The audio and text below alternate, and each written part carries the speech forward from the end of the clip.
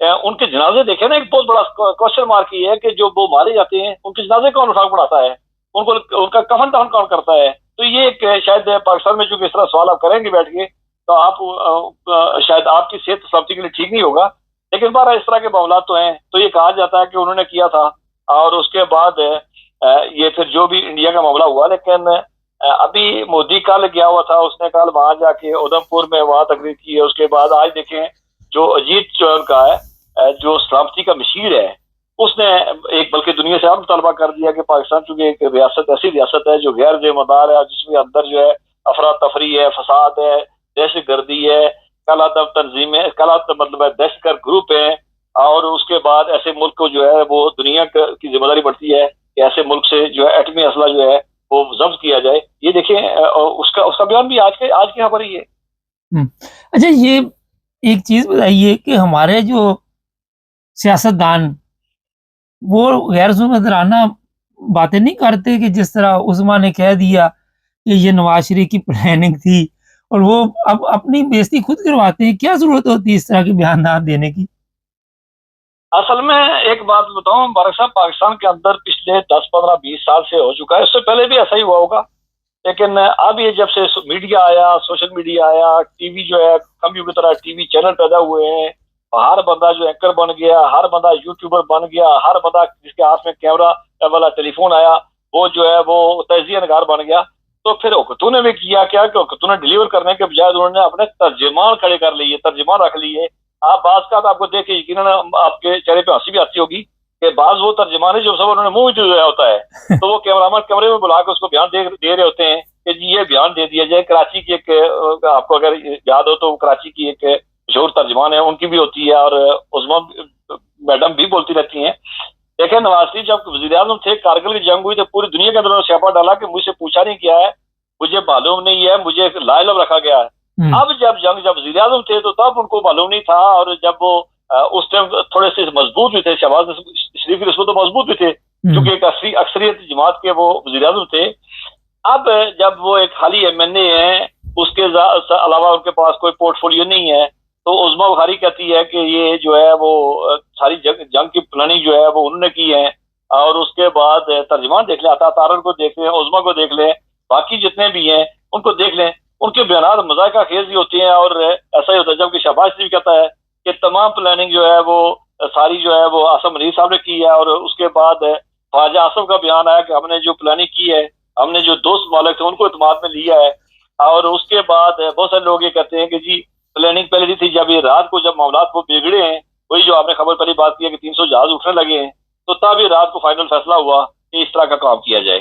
تو متضاد خبر ہے، لیکن بہرحال عظما بخاری کا بیان جو ہے وہ مذائقہ خیز بھی ہے، اور ان کے لیے میرے یہاں فوڈ فار تھاٹ بھی ہے، اور یوٹیوبر جو ہے ان کے لیے اچھا خاصا مواد دے دیا انہوں نے واپس ان کو گیدنے کے لیے۔ لیکن جہاں تک یہ ہمارے پاس اطلاع ہے یا پوری دنیا کو پتہ ہے کہ ایئر فورس نے یہ فیصلہ کیا، اور خود ہی ان کے فیصلے کے مطابق یہ سارا جو کچھ بھی ہوا اس کے بعد لوگوں کے سامنے ہر چیز آ گئی ہے۔ اچھا سر، یہ بتائیے اب کہ کتنی دیر تک انڈیا حملہ کرے گا، کیونکہ اس نے بیٹھنا نہیں، یہ تو میں آپ کو بتا دیتا ہوں۔ دیکھیں میں آپ کی ایک بات کی پہلے میں آپ کی بات کی تائید کر دوں۔ ایئر فورس، نیوی، انفنٹ جو ہماری فوج جو ہے جس کو عام آرمی کہا جاتا ہے، خاکی وردی والی یا خاکی فوج جو ہے، یہ جو ہے اس کا اور تینوں کا بالکل کمانڈ بھی ڈیفرنٹ ہے، اور ان کا ہمیشہ سے طریقہ کا یہ الگ بات ہے، جب چیف بنتا ہے تو وہ تمام اس کے انڈر آ جاتی ہیں، لیکن تینوں کا طریقہ کار مختلف ہے، تینوں کے الگ الگ چیف ہوتے ہیں، تینوں کی پلاننگ الگ الگ ہوتی ہے۔ تو یقیناً جب ایئر فورس نے کیا تو ساری پلاننگ ایئر فورس نے مل کے کی ہے۔ جی بالکل۔ ہاں کسی سے اپروول کی ہو، کسی کو بریفنگ دی ہوگا تو تب الگ بات ہے، ورنہ کوئی دوسری کسی فورس کا بندہ جو ہے وہ اس قابل نہیں ہوتا ہے کہ ان کو وہ پورا پلان بنا کے ان کو سمجھا دے۔ ہاں آپ اس سے بریفنگ کر کے اس سے آپ اجازت لے سکتے ہیں، اس کو اعتماد میں لے سکتے ہیں، پر پلاننگ تو اس میں کوئی شک والی بات نہیں ہے کہ ایئر فورس کی تھی، ایئر فورس کا کارنامہ ہے، ایئر فورس نے یہ کیا ہے۔ اگر اس جنگ میں کوئی فتح نصیب ہوئی تو وہ ایئر فورس کا ہی جو ہے وہ اسی کو کریڈٹ جان چاہیے۔ جہاں تک دوسری بات آپ نے کی ہے، دیکھیں مالک صاحب، میں نے پہلے ایک بات کی تھی کہ یہ جنگ جو ہے یہ وہاں سے نکل کے تھوڑی سی آگے ہوگی۔ یہ جنگ اب پاکستان دو ملکوں کی سرحدوں کی یا کشمیر کی جنگ نہیں رہی ہے۔ یہ جس طرح کا ٹیکنالوجی کو مات ہوئی ہے، جس طرح کا جو ہے وار لارڈ سے ان کو جو ہے وہ مات ہوئی ہے، جس طرح کی آپ کی جو ہے وار انڈسٹری تھی اس کو مات ہوئی ہے، تو یقیناً اس کا بڑا جو ہے وہ یہ بڑے کینوس میں چلی گئی ہے. دیکھیں کچھ بزرگوں سے ہم نے سنا تھا اور سنتے بھی آئے ہیں کہ اللہ نہ کرے ریجن جو ہے تیسری جنگ کا یہ ایندھن بنے گا. ابھی آپ دیکھ لیں کہ انڈیا جو ہے وہ ترکی کو بھی دھمکیاں دے رہا ہے, ادھر سے جو چین سے خبریں آ رہی ہے کہ ہماچل کے ایریے جو ہیں ان کو چین نے اپنے علاقے قرار دینے شروع کر دیے ہیں. تو بیچ میں خاموش اگر کوئی اور رجیم ہوتی تو وہ بنگال شاید خاموش ہوتا, لیکن اب بنگال چونکہ پاکستان کی مرضی سے کہا جاتا ہے کہ رجیم چینج کی گئی ہے, جس طرح کے ان کے دورے ہوئے, ان کے آرمی چیف کے دورے ہوئے, جس طرح کے ہمارے تعلقات بڑھتے جا رہے ہیں, تو یقیناً وہ بھی اپنے ایک مخصوص پلڑے میں جائے گا. باقی رہ گیا عربوں کی بات. عربوں کے بارے میں جس طرح ٹرمپ صاحب گئے ہوئے, جس طرح ان کا والانہ استقبال کے والانہ کیا بلکہ بعض کا تو میں کہوں گا واہ یار استقبال بھی کیا جا رہا ہے, جس طرح کی اس ثقافت سے, اس کلچر سے 1400 سال کے چکے جو نظام چل رہا تھا وہاں سے اس کے ہٹ کے کیا جا رہا ہے. تو اس کے بعد تو پھر آپ کے عرب تو آپ کے ساتھ کھڑے ہوں گے نہیں, یہی ہے. تو ریجن میں جب آپ اس طرف جائیں گے, اب دوسری بات آپ کی کتنا ٹائم لگے گا, یقیناً اس میں اگر 2 مہینے لگیں, 4 مہینے لگیں, سال لگیں, 2 سال لگیں, 10 سال لگیں, آپ یہ سمجھ لیں کہ یہ وقت وہ ہے کہ جس طرح انڈیا کو تیاری کرتے ہوئے, انڈیا کو اس جنگ کی جو غلطیاں کوتاہیاں خامیاں ان کو دور کرتے ہوئے, اس کے بعد جنگ پہ جو لوگ جن لوگوں کا یہ سبجیکٹ ہے ان کو اس پہ تیاری کرتے ہوئے, یقیناً دوسری سائڈ پہ پاکستان جو ہے اس میں خامیاں بھی آئی ہوں گی, خوبیاں بھی آئی ہوں گی. اس کو چونکہ دونوں کے اندر جاسوسی کا بڑا مضبوط نظام موجود ہوتا ہے, تو یقیناً پاکستان انڈیا کی جو تیاریوں سے پاکستان بھی جو ہے وہ باخبر ہوگا اور یہ تیاری کرے گا. تو اس میں جتنا وقت بھی لگے, یہ وقت وہ یہ تیاری کا وقت ہے, اس لیے اس میں آپ نہیں کہہ سکتے کتنا وقت لگنا ہے, 2 سال, 2 مہینے, 2 دن, 10 دن. لیکن اس جنگ کا ماحول نازل رکھیں گے. یہ مودی جو ہے بڑا بے چین ہے اور کوئی نہ کوئی کام ڈالے گا, اتنی دیر نہیں لگائے گا. چلیں آگے چلتے تھوڑا سا, کیونکہ جو حالات نظر آ رہے ہیں وہ ایسے ہی ہے کہ کسی وقت بھی کچھ ہو جائے گا. اچھا عرب ایسے ہی ہے, میں نے کہا کہ اس کو 2 دن, 2 ہفتے, 2 مہینے, اس کا جو ٹائم بھی ہے وہ تیاری کا ٹائم ہے. کتنی جلدی میں کوئی تیاری کر لیتا ہے آج کے دور میں, تو چونکہ بہت ساری چیزیں ہو جاتی ہیں, تو بس یہ ہے کہ تیاری کا وقت ہے. کتنی تیاری لگتی ہے, ہوگی سی, اور یہ اس سے بڑے پیمانے پہ ہوگی, اور جس پیمانے سے اب ہوئی تھی اس سے میرے خیال میں یہ 10 گنا, 20 گنا, 50 گنا زیادہ ہو سکتی ہے.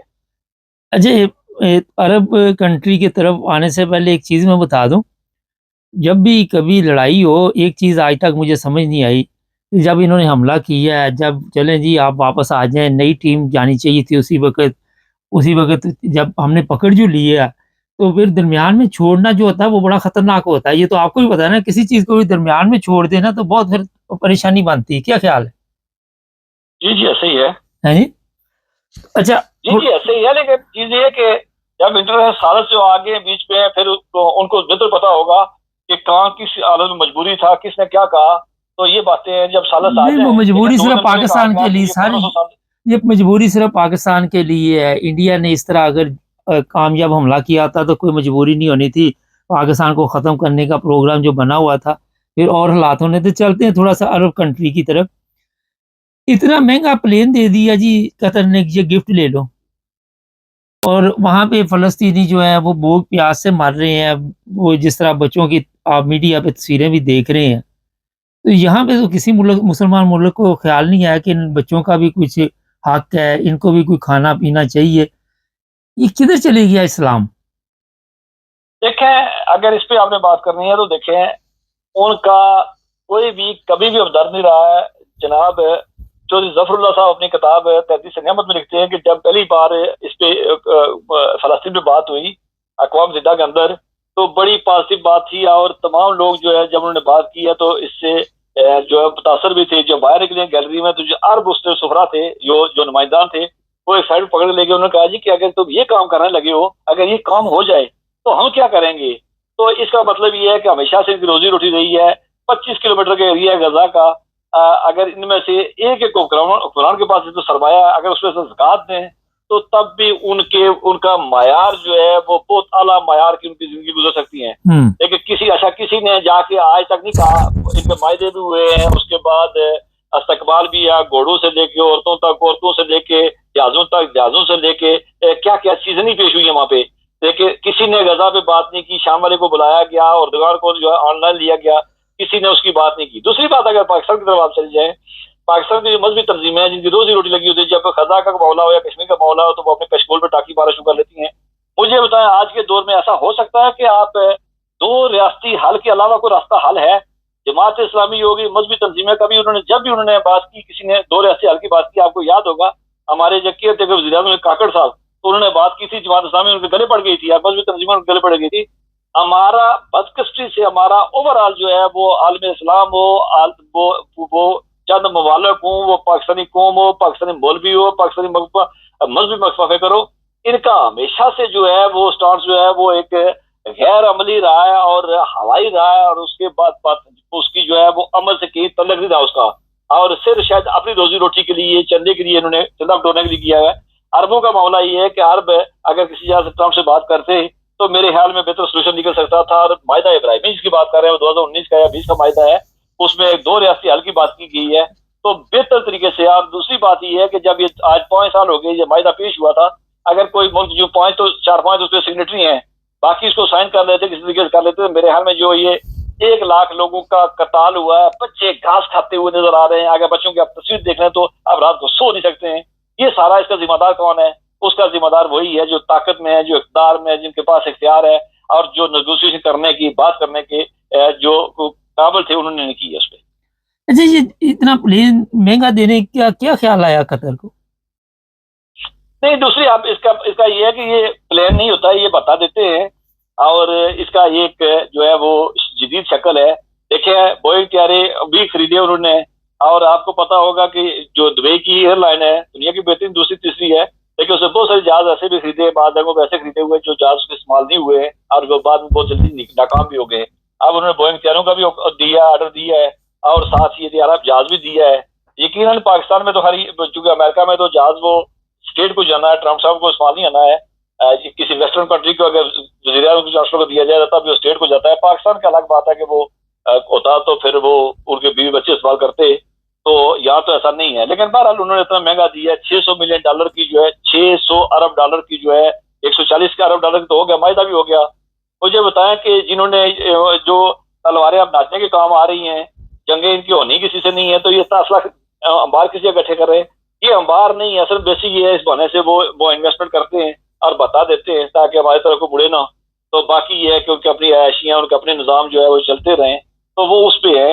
ورنہ یہ ہے کہ نہ ان کو اسلحے کی ضرورت ہے، نہ یہ جنگ لڑنے کے قابل ہیں، اور نہ جنگ نہیں کھل کے جو ہے نا وہ جنگ کی بات نہیں کر سکتے. تو چھت پہ کھڑے ہوئے جنگ کی بات نہیں کر سکتے کہ ہم جنگ بھی آنے لگی ہے. تو بہرحال جو بھی ہے وہ ان کا نظام ہے، اور جس طرح وہ دے رہے. لیکن اگر غزہ والوں کو وہ کسی بچی نے کہا تھا کہ ہم قیامت والے دن خدا کو کہیں گے کہ جن کے سارے تم نے چھوڑا تھا وہ ہمارے کام نہیں آئے. بہت شکریہ سر آپ کا. ناظرین، ایک طرف بھوک پیاس آپ دیکھتے ہیں اور دوسری طرف ایسے مہنگے گفٹ دینے سمجھ سے باہر ہے. ٹرمپ کا دورہ اس کا تو کامیاب رہا، لیکن عرب ممالک نے اس کے ساتھ کیا سودے بازی کی، اسی میں خوشی ہے کہ شام سے پابندیاں اٹھا لی. لیکن وہاں پہ غزہ میں جو حالات ہیں وہ آپ اگر دیکھیں، جو لوگ بھی سوشل میڈیا استعمال کرتے ہیں تو تکلیف ہوتی دیکھ کے. قیامت تو جب آئے گی مگر ان لوگوں کے لیے تو ابھی سے قیامت. جہاں تک انڈیا اور پاکستان کی جنگ کی بات ہے، سر نے بڑی اچھی باتیں کی کہ کسی وقت بھی 2 دن 4 دن، مگر لگ یہ رہا کہ پاکستانی کو جو لوگ ہیں وہ خوشی میں جشن جو منا رہے ہیں وہ مودی کو ہضم نہیں ہو رہی اور وہ غصے میں ہے. اور آپ کو یہ میں بتا دیتا ہوں کہ جلد ہی یہ جو غصہ ہے یہ کوئی رنگ لے کے آئے گا، اور اس کی تیاری بڑی تیزی سے ہو رہی ہے. اسرائیل سے بھی تیارے جا رہے ہیں، یہ بھی آج خبر تھی، قطر سے، امریکہ سے، پتہ نہیں کہاں سے تیارے جا رہے ہیں. اور یہ پھر ہوگی ایک ایٹمی جنگ، اس کے بعد دیکھیں گے کیا ہوگا. چینل کو سبسکرائب کر لیں، جڑے رہیں ہمارے ساتھ تاکہ اور بھی پروگرام دیکھتے رہیں. سب دیکھنے اور سننے والوں کی خدمت میں محبت برا سلام. ناظرین، جب سے امریکہ نے آنکھیں پھیری ہے، اس وقت جرمنی اور دوسرے یورپ کے جو ممالک ہیں وہاں پہ سب سے بڑی پرابلم ہے کہ فوجی قوت کو مضبوط کیا جائے. عرفان احمد خان صاحب ہمارے ساتھ ہیں. خان صاحب، جرمنی نے کافی بڑا اعلان کیا ہے کہ زبردست فوج تیار کی جائے گی یہاں پہ. اب دیکھیں، یہ تو کافی عرصے سے جو موجودہ گورنمنٹ کے تشکیل پانے سے پہلے ہی جو گورنمنٹ تھی ایسپیڈے کی، مسٹر شولز کی، اسی کے دوران یہ شور پڑ گیا تھا جرمنی کے اندر اور پوری یورپین یونین کے اندر کہ بھئی ہم نے اب امریکہ کے اوپر انحصار نہیں کرنا، بلکہ ہر ملک نے اپنی فوج جو ہے وہ خود بنانی ہے۔ فرانس کے اندر آلریڈی فوج موجود ہے، وہ اتنی مضبوط نہیں ہے، لیکن ایک بار ایک بڑی تعداد ان کی موجود تھی۔ جرمنی ایک واحد ملک تھا بڑے ملکوں میں سے جس نے لازمی فوجی تربیت کا جو سسٹم تھا اس سے چھٹکارا حاصل کر لیا تھا۔ آپ کو پتا ہے 18 سال کا ہر بچہ جو ہے وہ یہاں پہ پہلے فوجی تربیت حاصل کرتا تھا، پریکٹیکل لائف میں جانے سے پہلے، یونیورسٹی جوائن کرنے سے پہلے، جو ہی وہ ابھی ٹور کرتا تھا اس کو پہلے 1 سال وہاں لگانا پڑتا تھا۔ یہ سسٹم انہوں نے ختم کر دیا تھا۔ اب یہ تھا کہ اس کو دوبارہ بحال کیا جائے سسٹم کو، لیکن پبلک کی طرف سے کوئی اس کا پازیٹیو رسپانس جو ہے وہ موصول نہیں ہوا اس وقت کی حکومت کو، اور نہ ہی سیاستدانوں کی طرف سے کوئی ایسی اس میں زیادہ وہ تھی۔ لیکن یہ سب کو احساس ہے کہ جرمنی نے باقاعدہ ایک فوج جو ہے وہ مضبوط فوج ترتیب دی جائے، اس کے اوپر اسی وقت کام شروع ہو گیا تھا۔ اور جو نئی اب حکومت بنی ہے، ان کے اور SPD کے درمیان جو 3-4 اہم موضوعات کے اوپر لمبی تفصیلی ڈسکشنز ہوئی ہیں معاہدہ طے پانے سے پہلے، اس کے اندر یہ بات بھی شامل ہے کہ جرمنی کے اندر ایک مضبوط فوج جو ہے وہ بنائی جائے گی۔ تو لازمی بات ہے کہ بھئی جب اب نئی حکومت تشکیل پا گئی ہے تو پہلا سٹیپ ہی انہوں نے یہی اٹھانا ہے کہ بھئی نئی فوج جو ہے اس کی ترتیب کیا، کس طرح ترتیب دی جائے، کیا محکمہ جات ہو، جو بھی تفصیل ہوتی ہے اس کے اوپر باقاعدہ آلریڈی کمیٹی ایک بن گئی تھی شروع میں ہی، اور جس کی سربراہ بھی ایک عورت تھی، اور انہوں نے پورا پلان بنا کے ان کو دیا ہوا ہے، دے دیا تھا پچھلے ہفتے جو میں نے پڑھا تھا۔ تو ظاہر ہے اس کے مطابق اب نئی فوج جو ہے وہ سارا دفاعی نظام جو ہے وہ نئے سسٹم کے اوپر ترتیب دیا جا رہا ہے۔ جی ہاں صاحب، یہ لوگ اپنا جس طرح جرمنی میں شوق نہیں تھا، اب پیدا ہوگا شوق وطن کے لیے کہ ہم فوج میں جائیں؟ دیکھیں، کوشش تو کام ریاست کا کام ہے کوشش کرنا، کوشش وہ کر رہے ہیں۔ ان کی اب تک کی کوششوں کے اوپر تنقید بھی ہوئی ہے۔